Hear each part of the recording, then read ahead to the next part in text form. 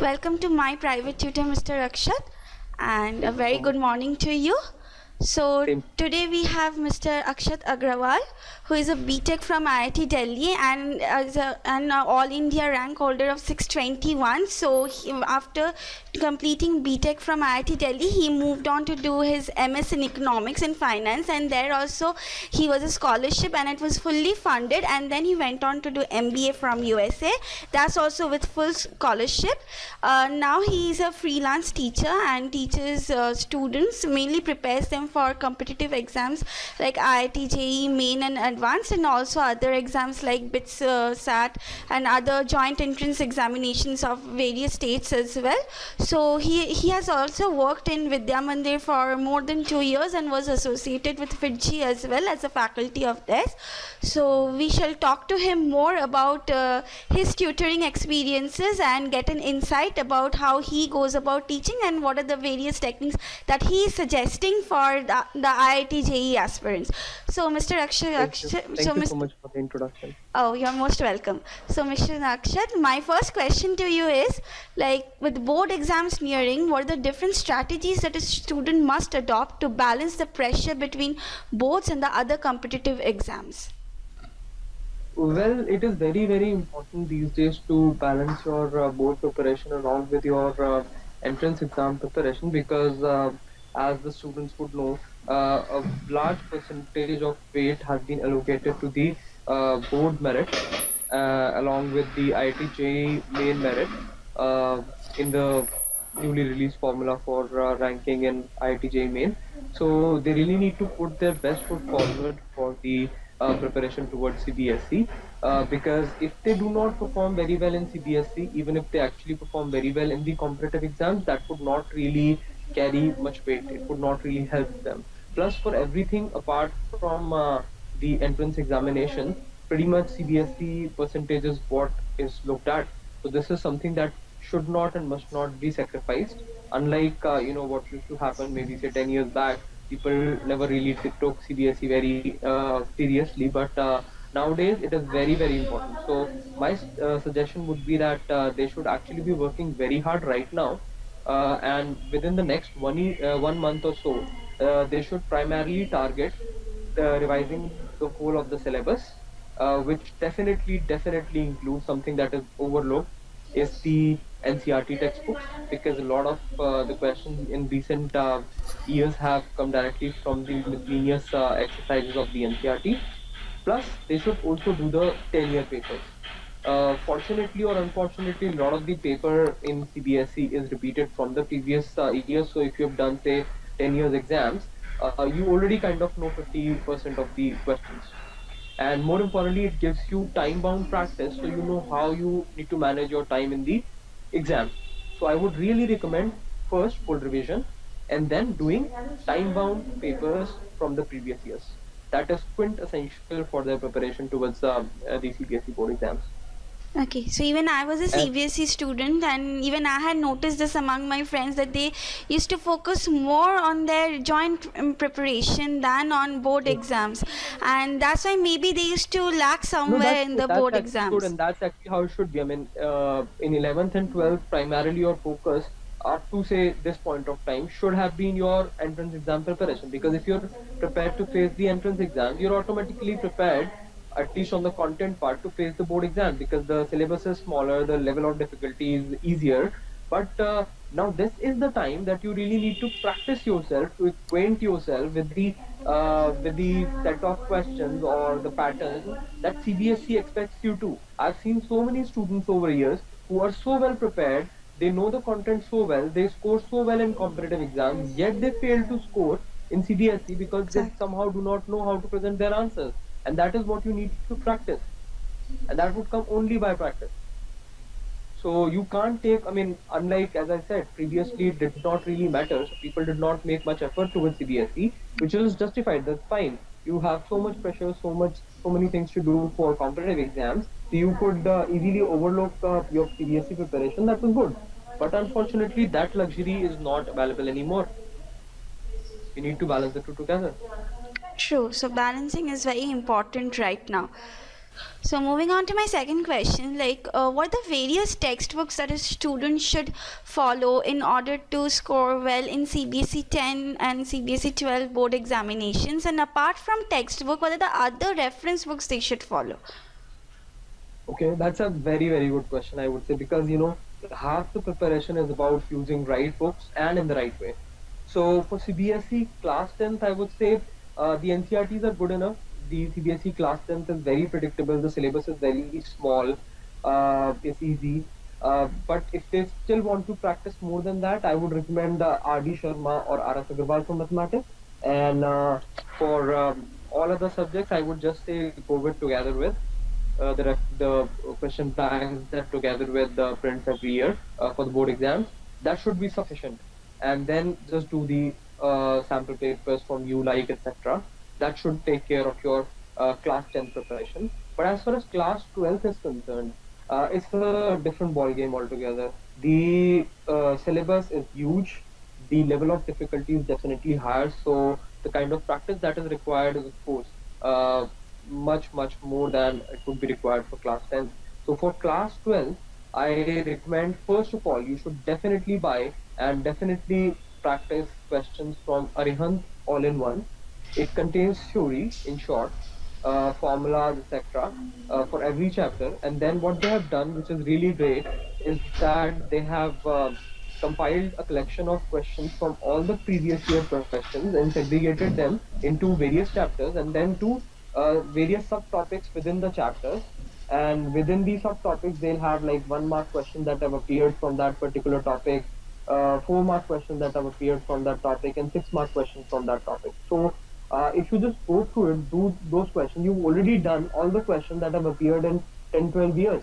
And that too, you can focus. I mean, if you have a particular section which you feel is weak for you can practice harder there. And more importantly, what they have done differently is that they have given full solutions for all the questions, and they have also mentioned the marking scheme, as in what steps carry how much mark, how it should be presented. This is the gray area where a lot of people go wrong. They just do not know how to present their answers, which is critical for success in both. You need to write it really well. You need to explain everything. You need to know which steps you need to highlight, which you can skip or you may not skip. So they bring that out very clearly. So that would help you to know how you need to present your answer. So I would wholeheartedly recommend Arihant all-in-one for all the subjects, including physics, chemistry, and maths. More so for PCM than for others. But that is a quintessential guide for you. And then thereafter, as I said, you need to do the previous year papers. Again, there are a lot of companies who print previous year papers. You have Shivdas, you have Ulike, you have Arihant. Pick any of them, they are all the same. And when you do them, again, your focus should be to actually evaluate your performance. Just not do the paper. You need to know how well you are doing, what is your target goal, how far you are there, from that target goal, and paper on paper that performance should increase. You should know how much you are scoring in 6 markers, how much you are scoring in 4 markers, and how much you are scoring in 1 markers. Which chapters you are going wrong in, that would give you an idea which chapters or which topics you need to practice more on. This is the time you identify your weaknesses and work on it. Sure. So you're That is saying very that important. solving sample paper holds a lot of importance just before the So it does. examination. It alone will tell you where you stand. Unless you do Exactly. them, you would not know where you need to direct your effort. Sure. So my next question More you is do like, it, better it would be. okay, so my next question is like, what are the common mistakes that students must avoid during their preparation phase? Well, from my experience, I can tell you the most important mistake that people do is that they take division for granted. They think they know everything, and then they do not practice enough. They don't take enough practice papers. They really do not know their shortcomings before they go into the real exam. So the biggest mistake that they need to avoid is that they should not avoid practicing the papers at home, and whatever shortcomings that they have figured out in the syllabus, the thing that they are weak at, they need to really focus their effort on working on those particular sections. They need to balance the two together. They cannot leave the competitive exam preparation completely for the sake of CBSE, and they can't do vice versa as well. So maybe right now they need to and they can devote a little bit more time to CBSE, but maybe during the day if they're working for CBSE, they should go back and revise for competitive exams, whatever problems and the theory that they have done. I mean, I've seen a lot of students who would do the theory really well. They would revise the formulas, etc., but they would not revise the problems. It is very important that when you were preparing, you should have marked all the problems according to the level of difficulty that you faced while solving them, and then the more difficult problems should be revisited over and over again, so that they are reinforced every single time. You would remember them if certain similar problems come up in the real exam. So, as the saying also goes, practice makes a man perfect. So, it always holds true for all cases, I believe. Yeah. True. I mean, I think preparation is all about following the right books, following them the right way, and then having a proper revision plan to reinforce your learning. You've learned it once, and you haven't really revisited what you've learned. You would forget it over time. That's true for best of the best people. So if you fail to have a strategy for revision, you will definitely fail to have desired results in the real exam. Okay. So, being an ex IITian, so what are the various tips that you would like to suggest to your students who are about to sit for IIT-JEE Advanced? Well, the most important tip that I would like to give to all the IIT aspirants, given the current pattern of exam that we have, is that they should and must do the questions that have appeared in the 80s in the IIT exam. The trend in the 80s and trend in the 90s was drastically different for the exams in IIT. In 80s, the questions were smaller, easier, very concept-based, one-liner, two-liner. There were questions of the kind, fill in the blank, true, false, etc., etc. Very, very, very simple questions, relatively, as compared to the questions that appeared in the subjective exams in 90s. They were very long, very difficult, mixed a lot of things together, the 90s exams. Same was not true for 80s. And fortunately or unfortunately, the trend is back in the last 5, 6 years for smaller, easier, concept-based questions. And I can tell you that last year I experimented this. I compiled uh, a set of questions from the 80s, and I rigorously made my students practice the same. And you won't believe that six of the questions that appeared in IIT JEE Main 2014, six of them I had already done exactly same to same questions in my classes. And that is no rocket science. I mean, I'm again telling you that if you any student who's really serious about IIT just does, and he needs to do that, does the 80 the questions that appeared in 80s, he would definitely have an edge over others. He would definitely see questions that he's already done appear in his IIT. And same goes for advanced as well. I mean, it is very, very easy to score in advanced these days as compared to what it was to score in the subjective exam maybe 5, 6, 7 years back. And they should go into the exam with full confidence because the number of seats that are available in IITs have gone up considerably. So, coupled with the decrease in the level of difficulties, definitely become much, much more easier to crack IIT than it was ever before. Okay, so getting such tips from an ex-IITian, I guess, will help the students who will be viewing this video or maybe reading the blog. So, moving on to my next question. So, you have been in this profession for more than 5 years now. So, if you could share some of your student success stories with us, and I'm sure there must be numerous. Well, true. There are a lot of. I've been at Vidya Mandir. I've had a lot of students who have scored ranks below 500 in IIT JEE. Many of my students are in IITs, BITS, DC, etc. But one student that really stands out, which I would probably remember for a long time, is a girl called Bhavya Madan. She scored 98.6% in boards last year. She was, I guess, she would have been among top 10 in Delhi. And extremely hardworking person, extremely intelligent, extremely hardworking, extremely sincere. I mean, tell her something and it would be done. As simple as that. So not only she scored 98.6 in boards, but more importantly, she had an amazing performance in the competitive exam. She got 240 in mains, and I guess 310 in BITSAT, the entrance exam for BITS. She got through BITS, had a very good standing, very good branch was allotted to her. She had very good, JEE main ranking because she had 98.6 in boards and then 214 the JEE main. So she got admitted to DC as well. So I mean, fabulous performance, fabulous. Finally, she got into IIT with a very good score. She got a very decent branch of her liking. So that is one student I definitely remember. The other is Prateek.